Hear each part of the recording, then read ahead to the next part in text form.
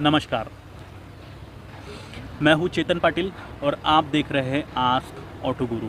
हमेशा की तरह मल्टीपल सोर्सेस से कलेक्ट की गई इंफॉर्मेशन और मेरा भी कुछ अपना एक्सपीरियंस है इसमें। मार्केट रिव्यूज़ या फिर जो बाकी पब्लिक है जो पर्टिकुलर इस कार को यूज़ कर रहे हैं उनका भी जो ओपिनियन है यहाँ पे मैं आज बताने वाला हूँ। तो आइए जानते हैं कि ये Maruti Suzuki wagon R CNG आपके लिए कितनी यूज़फुल है या फिर नहीं है, यानी कि 100% market review, real life experience. तो वैसे इसका मैंने पहले वीडियो डाल रखा है, वॉक अराउंड रिव्यू है, ओनरशिप रिव्यू है, लेकिन यहाँ पे कई सारी डिमांड्स मैसेजेस के बाद मैं इस वीडियो को बना रहा हूँ क्योंकि लोगों को इस गाड़ी की ज़्यादा डिमांड है और कहीं ना कहीं इसे परचेज़ भी करना चाहते हैं। तो कुछ सवाल उनके हैं जिनका जवाब मैं यहाँ देने वाला हूँ। सबसे पहले पर्टिकुलर अगर बात करूँ मैं इस गाड़ी के लुक की, तो लुक देखो ये सब्जेक्टिव मैटर है। पर्सनली मुझे थोड़ा सा बॉक्सी लगा हुआ है, अच्छा लगा हुआ है, फ्रंट से ये अच्छा है, लेकिन रियर से कुछ हद तक थोड़ा सा अजीब लगता है, लेकिन फिर भी अच्छा ही मैं कहूँगा, इतना ज़्यादा भी बुरा नहीं है बाकी कंपैरिजन में इसकी जो गाड़ियाँ है उसके मुकाबले। खैर लुक का ये कहीं ना कहीं कुछ लोगों को पसंद आता है, कुछ लोगों को नहीं भी आता है। बढ़ते हैं आगे और मुद्दे की बात करते हैं, वो है इसकी बिल्ड क्वालिटी। यहाँ थोड़ी परेशानी आपको ज़रूर हो सकती है।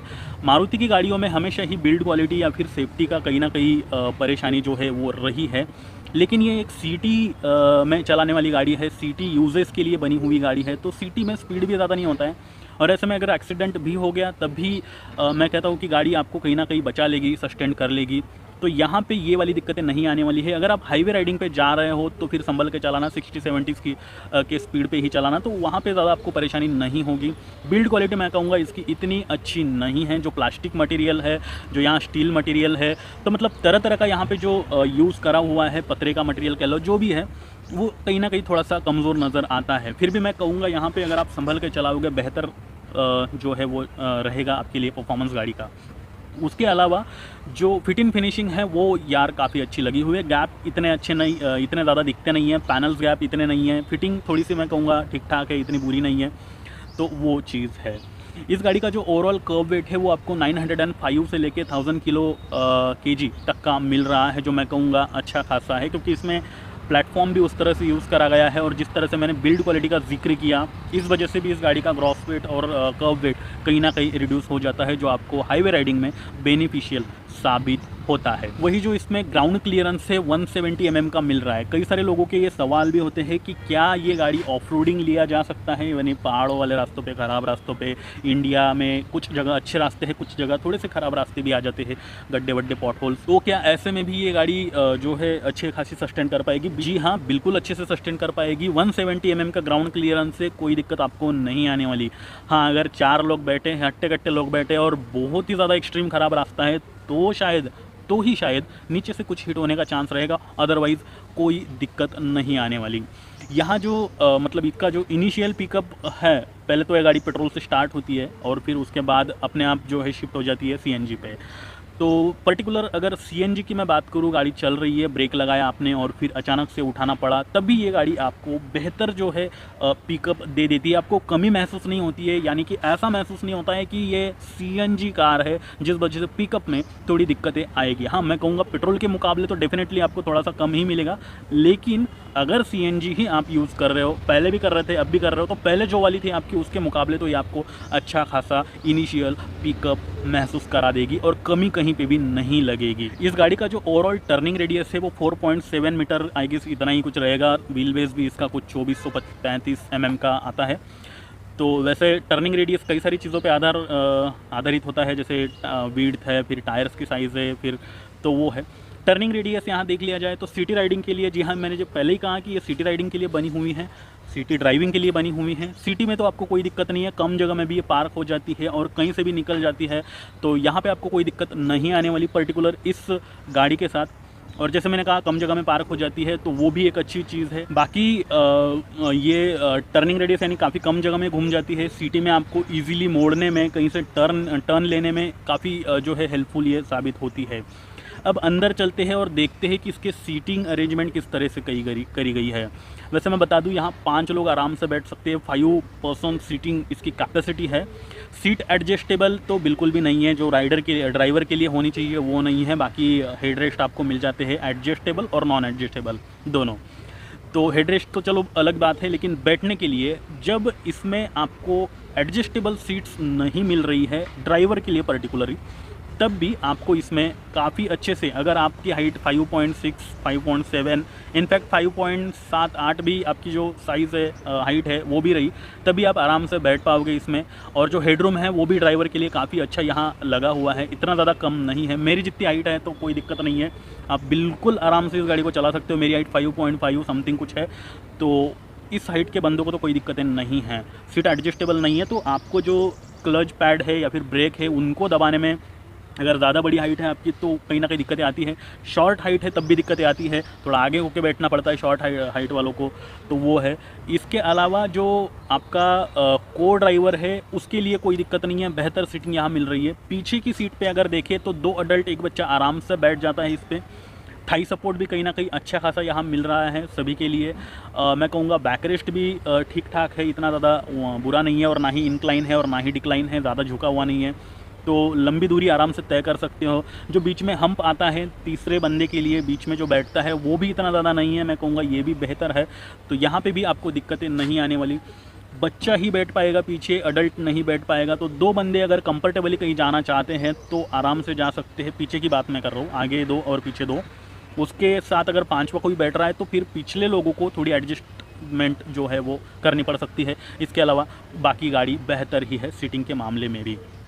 अब हाईवे की अगर बात कर ली जाए, हाईवे राइडिंग पे, ड्राइविंग पे किस तरह से ये परफॉर्म करती है, तो 60-70 किलोमीटर के बाद इसकी जो स्टीयरिंग है वो थोड़ी हार्ड हो जाती है, यानी घूमती नहीं है जल्दी।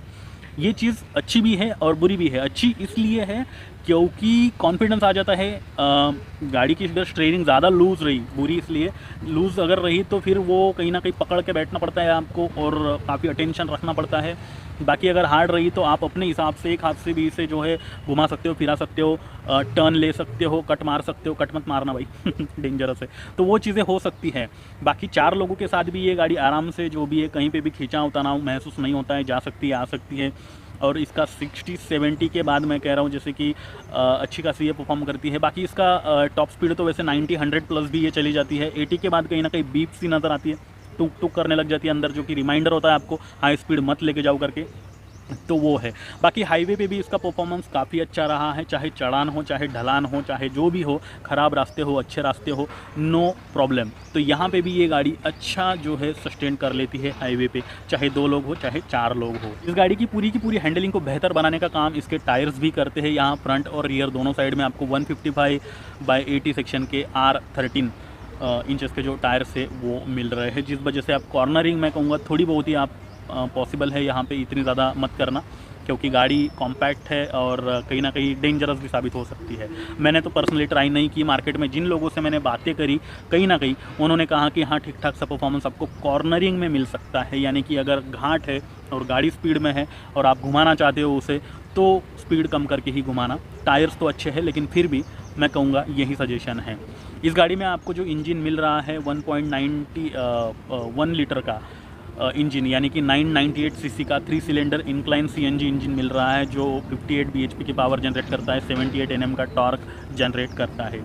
इंजन काफ़ी अच्छा है, इसका स्मूथ है, जापानीज टेक्नोलॉजी का इंजन है, सुजुकी का इंजन है, इसमें कोई दो राया नहीं है। इसमें जो गियर्स आपको मिल रहे हैं 5 स्पीड गियर बॉक्स, इसमें मैनुअल गियर बॉक्स मिल जाता है, तो जो गियर आपको मिल रहा है वो भी शिफ्टिंग काफ़ी अच्छी है, इसमें भी कोई दोहराया नहीं है। क्योंकि मारुति की गाड़ियों की ये खासियत होती है कि उनके जो गियर्स है काफ़ी अच्छे जो भी है होते हैं, अटकते नहीं है, कहीं पे भी खटकते नहीं है, ज़्यादा नॉक नॉक की वॉइस आपको नहीं आती है। और ऐसे में भी अगर आप इस गाड़ी को ख़राब रास्तों पे, जैसे मैंने थोड़े टाइम पहले जिक्र किया था, तो यहाँ पे सस्पेंशंस का रोल भी बेहद अच्छा जो है लगा हुआ है।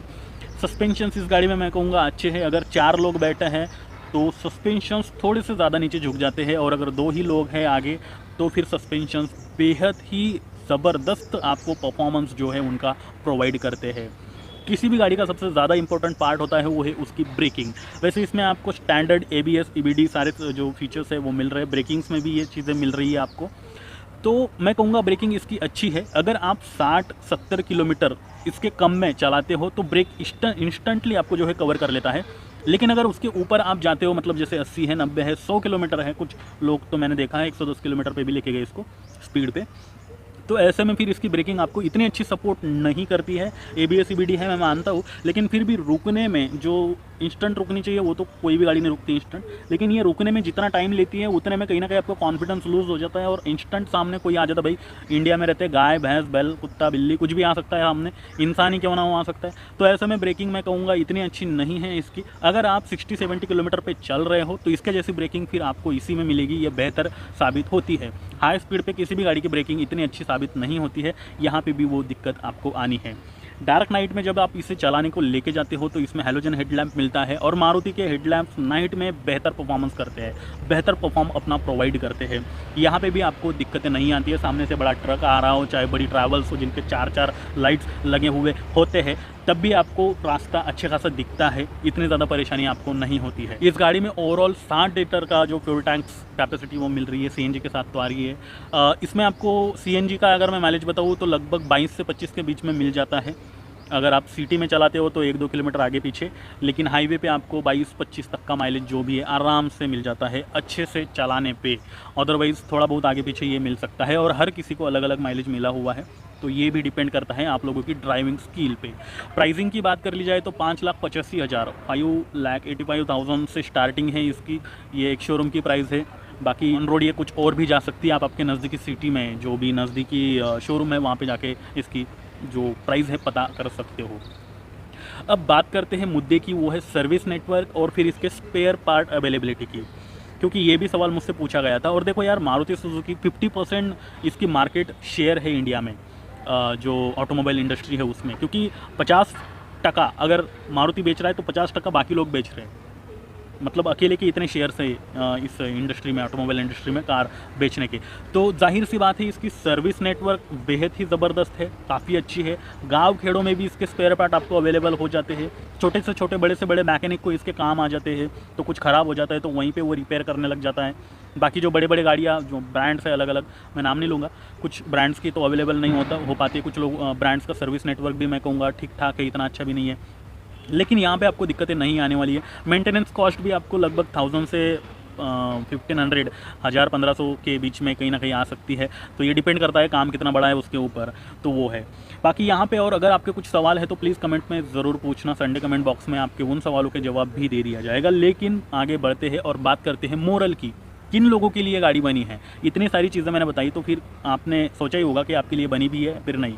फिर भी मैं लास्ट में हेल्प कर देता हूँ आपकी कि किन लोगों के लिए ये प्रेफरेबल है, किन लोगों को ये परचेस करनी चाहिए। तो देखो, अगर आपका मैक्सिमम सिटी यूज़ होता है, कभी कभी ही थोड़ी बहुत ही सही आप लंबी दूरी तय कर लेते हो, लॉन्ग ड्राइव कर लेते हो, ज़्यादा नहीं मैं कह रहा हूँ, थोड़ी बहुत 100-200 500 किलोमीटर तक की, ठीक है यार, हफ्ते में एक आध बार, महीने में एक आध बार वो चल जाएगी। बाकी मैक्सिमम आपका सिटी यूज़ है, जैसे कि आपका अप एंड डाउन होता है, जैसे डॉक्टर्स होते हैं, कुछ इंजीनियर्स होते हैं, कुछ सेल्स वाले होते हैं, तो आना और जाना है। और कुछ लोगों का सिर्फ सिटी में ही घूमना होता है। थोड़ी इकोनॉमिक कार उनको चाहिए, क्योंकि डीजल कार या फिर रियल इस्टेट में काम करने वाले लोग होते हैं, कुछ क्लाइंट्स को लेना लाना ले जाना वो वाले। तो मैं कहूँगा ये कार उनके लिए है, मार्केटिंग जॉब जिनका होता है उनके लिए है, क्योंकि पॉकेट फ्रेंडली है। पहले तो सस्ती मिलती है, दूसरी चीज़ सिटी में काफ़ी अच्छा परफॉर्मेंस इसका रहा है। इंजन भी आपको अच्छा खासा मिल जाता है, नॉइस फ्री इंजन मिल जाता है। एसी का परफॉर्मेंस जो है यहाँ पे बेहतर मिल रहा है आपको। इसके अलावा पॉकेट फ्रेंडली यानी कि माइलेज भी आपको अच्छा खासा मिल जाता है, तो ये कहीं ना कहीं बेनिफिट है। अब जिस पर्पज़ को मैंने बताया वो अगर आपका है तो फिर आप इस कार के साथ जा सकते हो, बाकी दूसरे लोग भी जा सकते हो, लेकिन इन पर्पज़ वाले लोगों के लिए ये सूटेबल है। अब अगर आपके पास भी ये कार है तो आप आपका रियल लाइफ एक्सपीरियंस हमारे साथ कमेंट्स थ्रू शेयर कर सकते हो। आपके साथ इस पर्टिकुलर गाड़ी का क्या जो प्रोज कॉन्स है, क्या घटनाएं घट रही है, तो प्लीज़ ज़रूर बताना, क्योंकि हर मंडे को मैं लेकर आता हूँ आपकी बात आस्क ऑटो गुरु के साथ इस एपिसोड को, जहाँ पर आप ही के द्वारा बताए गए रियल लाइफ एक्सपीरियंसेस को मैं बाकी पब्लिक के साथ बताता हूँ, शेयर करता हूँ, जिससे उनकी भी हेल्प हो जाती है थोड़ी बहुत। फ्लाइट्स का यहाँ काफ़ी आना जाना है, इस वजह से थोड़ा सा आवाज़ मैं कहूँगा डिस्टर्ब हो रहा होगा। खैर, और अगर आप चाहते हो कि आपके कार और बाइक से रिलेटेड सभी तरह के सवालों के जवाब आपको एक ही चैनल पर अवेलेबल हो जाए, ऐसा आपको लगता है, तो ये चैनल सिर्फ आपके लिए है, इसे सब्सक्राइब करना ना भूलें। और साथ ही अगर अभी भी आपने मुझे इंस्टा, ट्विटर, फेसबुक पर फॉलो नहीं कर रखा है तो वहाँ पर जाकर आप मुझे फॉलो करके आपकी दुविधाएं पूछ सकते हो, जिनकी लिंक मैंने नीचे डिस्क्रिप्शन में दे रखा है। और अब आपसे विदा लेने से पहले एक चीज़ बताना चाहूँगा, ये चीज़ हमेशा साथ में रखना। मैं भी लाया था। एक बीमारी थी जो कुछ समय पहले आई थी, जिसने काफ़ी कुछ तहस नहस करके रख दिया है। सभी के ऊपर इसकी जो मार है वो पड़ी हुई है, लेकिन अभी धीरे धीरे उभर भी रहे हैं लोग, लेकिन पूरी तरह से ये बीमारी अभी भी नहीं गई हुई है। तो प्लीज़ प्लीज़ मेरे भाइयों, आपसे रिक्वेस्ट है, इसका इस्तेमाल ज़रूर करें। चाहे कुछ भी हो, सोसाइटी में हो, सोसाइटी के बाहर जाना हो, लोगों में मिलना हो, ऑफिस जाना हो, जहाँ भी हो, आप सतर्क रहें और अपने परिवार वालों का भी ध्यान रखें अपने साथ साथ। अब मैं चेतन पाटिल लेता हूँ आपसे विदा और फिर से मिलता हूँ ऐसे किसी नए इंटरेस्टिंग वीडियो के साथ। तब तक के लिए नमस्कार।